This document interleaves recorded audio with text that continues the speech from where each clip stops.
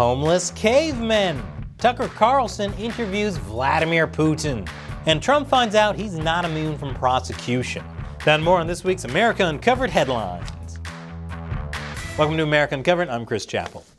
California received historic rainfall this week, with Los Angeles recording nearly double the average rainfall for the month of February in just 2 days. Flooding, mudslides, and falling trees caused 9 deaths and several evacuations across the state.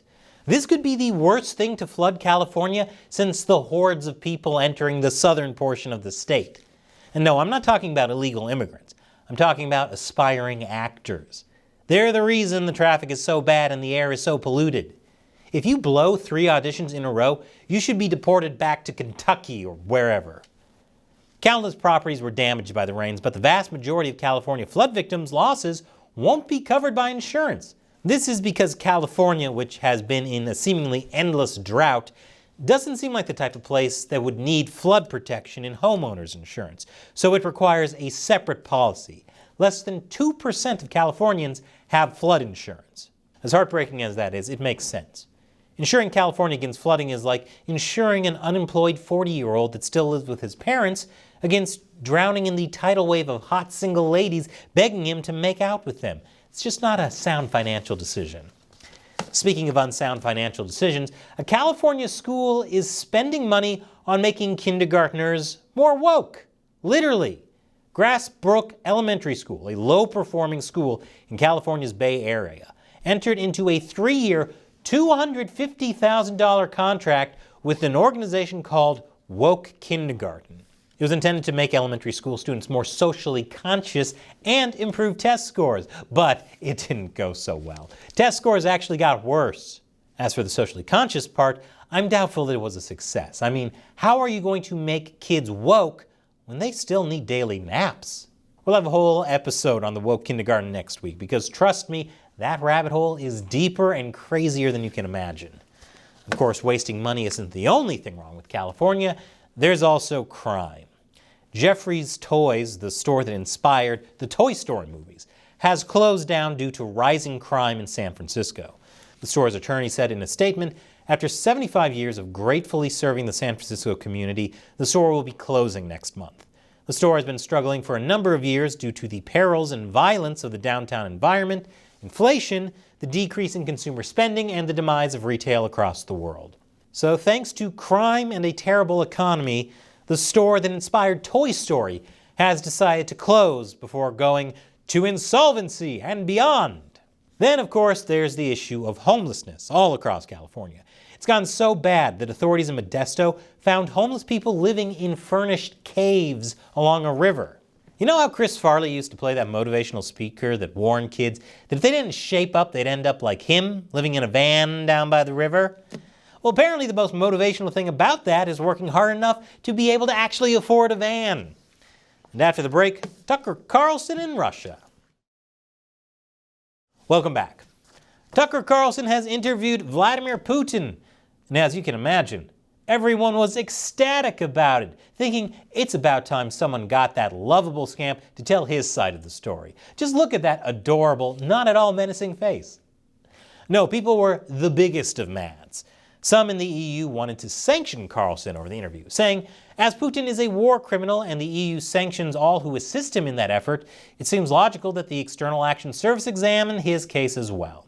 Yeah, because the EU won't tolerate doing business with brutal dictators that aren't China. Meanwhile, the media consensus on the interview is that Putin talked a lot. What did they talk about? Ukraine, Ames, imprisoned journalist Evan Gershkovich, and the 2024 U.S. election. Carlson says he conducted the interview because it's his duty as a journalist, and he wants to inform Americans about a situation that has affected the entire global economy. He says the way Western media has portrayed the Ukraine-Russia war has been nothing short of Ukrainian propaganda. So he's going to counterbalance it with Putin's Russian propaganda. That's like your doctor saying you're drinking too much. And instead of trying to quit drinking, you should start trying to balance it out with meth. 2 years into a war that's reshaping the entire world, most Americans are not informed. They have no real idea what's happening in this region, here in Russia or 600 miles away in Ukraine. But they should know.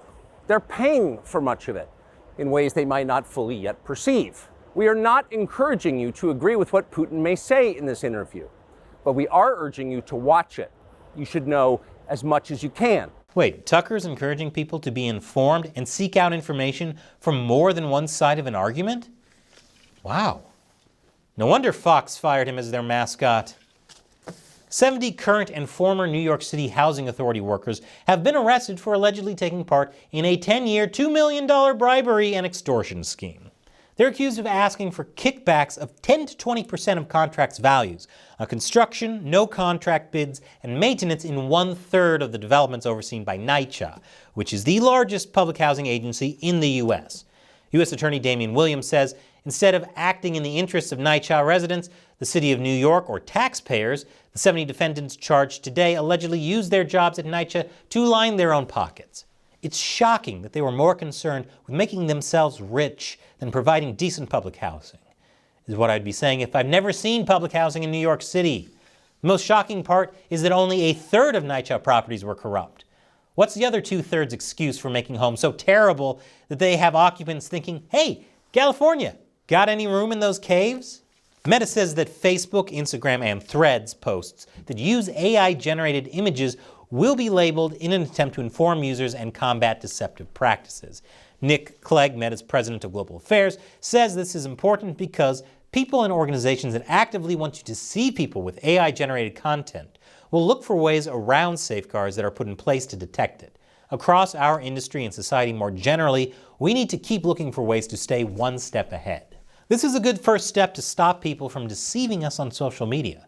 Although it feels kind of like sweeping sand on the beach, since the whole point of social media is to deceive people. No one's life is as glorious as they make it seem online. You know how I can tell when someone is having the best vacation ever? When they don't post on Instagram every 30 seconds while on vacation. Also, I'm not sure how well Meta's AI detection software is going to be at finding robots on Facebook when they still haven't figured out that Facebook's CEO is a robot. The call is coming from inside the house. Social media definitely isn't healthy, especially for minors, and Florida may be doing something about it. Florida's House and Senate has voted to ban children under 16 from using social media platforms with addictive features, aka all social media, even if they have parental approval. Which makes total sense because it's not like Florida has been all about parental rights for the past few years. Florida Governor and shoe lift aficionado Ron DeSantis is hesitant about signing the bill, unsure if it's legal or if it violates the First Amendment. But while social media is definitely unhealthy, this is Florida we're talking about. Maybe something that keeps kids indoors there isn't necessarily the worst thing in the world for them. And after the break, King Charles has cancer. Welcome back. The UK's King Charles has been diagnosed with an undisclosed form of cancer. He will postpone his public duties while he undergoes treatment for it. This is tragic because they just updated the money. You have to get well, Charles. Just think of all these poor money printers. This is like when you update the character model in your favorite wrestling video game, then they come out the next week with a new haircut, so all that work was for nothing, and you have to do it all over again. Only it's worse because you don't get well wishes and condolences from around the whole world. Minus the Irish, of course. A federal appeals court ruled that Donald Trump does not have presidential immunity in his January 6th case. The court writes, for the purpose of this criminal case, former President Trump has become Citizen Trump, with all of the defenses of any other criminal defendant. But any executive immunity that may have protected him while he served as president no longer protects him against this prosecution. That's a shame for Trump. Meanwhile, Biden does get to get away with holding classified documents scot-free. The special counsel tasked with Biden's classified documents probe has decided not to charge him, even though he found that Biden willfully retained and disclosed materials. The reason? Well, firstly, the evidence does not establish Mr. Biden's guilt beyond a reasonable doubt. Isn't that for the jury to decide? Apparently not, because we've also considered that at trial, Mr. Biden would likely present himself to a jury, as he did during our interview of him, as a sympathetic, well-meaning elderly man with a poor memory. So the special counsel's argument is that the current president of the United States, who is up for re-election, is so sympathetically incompetent that the jurors would never find him guilty, so they'll decide for them by not charging him in the first place. All while Citizen Trump is being charged with the same crime. That seems kind of like a special kind of Presidential immunity, wink wink, to me. But as far as immunity goes, what happens if Trump becomes president again? Will he no longer be Citizen Trump and get executive immunity back? Because let's face it, he's going to be the GOP nominee, especially since it looks like the Supreme Court doesn't believe states can remove him from their ballot. In the symbolic Republican Nevada primary that Trump didn't compete in because it doesn't offer any delegates to its winner, his only remaining competitor, Nikki Haley, lost by over 30% to the none of these candidates option. You know how people often say, it's better than nothing? Nevada Republicans literally and overwhelmingly voted that nothing is better than Haley, which sounds like they're saying there isn't anything better than her. No, they said anything is better than her. I've heard of a constitutional crisis, but Haley is so bad she set off a semantics crisis. The presidential immunity case is also a bit of a semantics crisis. Trump's lawyers aren't arguing that presidents can do whatever they want, but that they shouldn't be prosecuted for anything they do that falls under the scope of their duties as president. It's all a bit murky. Hopefully judges will clearly state that presidents aren't allowed to commit crimes just because they're president. Every president should have boundaries, except, of course, for America Uncovered's officially endorsed presidential pick, Chris Christie. We don't need guardrails on him because he can be trusted.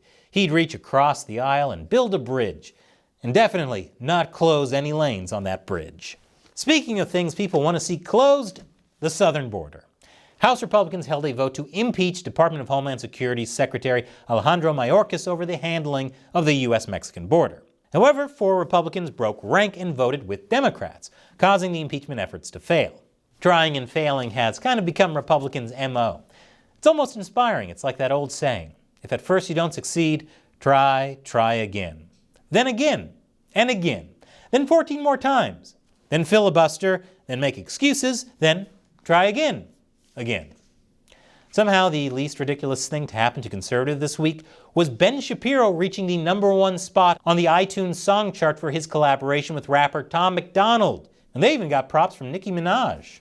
Shapiro has even chosen his rap name, and it's, drumroll please, Dr. Dreidel. Really, though, the impeachment effort seems to be more for scoring political points than actually doing anything productive. It's political theater, so obvious a 5-year-old could figure it out. Even the ones in woke kindergarten. And in my ongoing attempts to talk about all the things YouTube doesn't want me to talk about by hiding it in gaming content, check out the latest from my new show, Deep Thoughts While Gaming. And America Uncovered wouldn't exist without your support. Click that orange button to support us on Patreon. All it takes is $1 an episode, and you can set a monthly limit. Once again, I'm Chris Chappell. See you next time.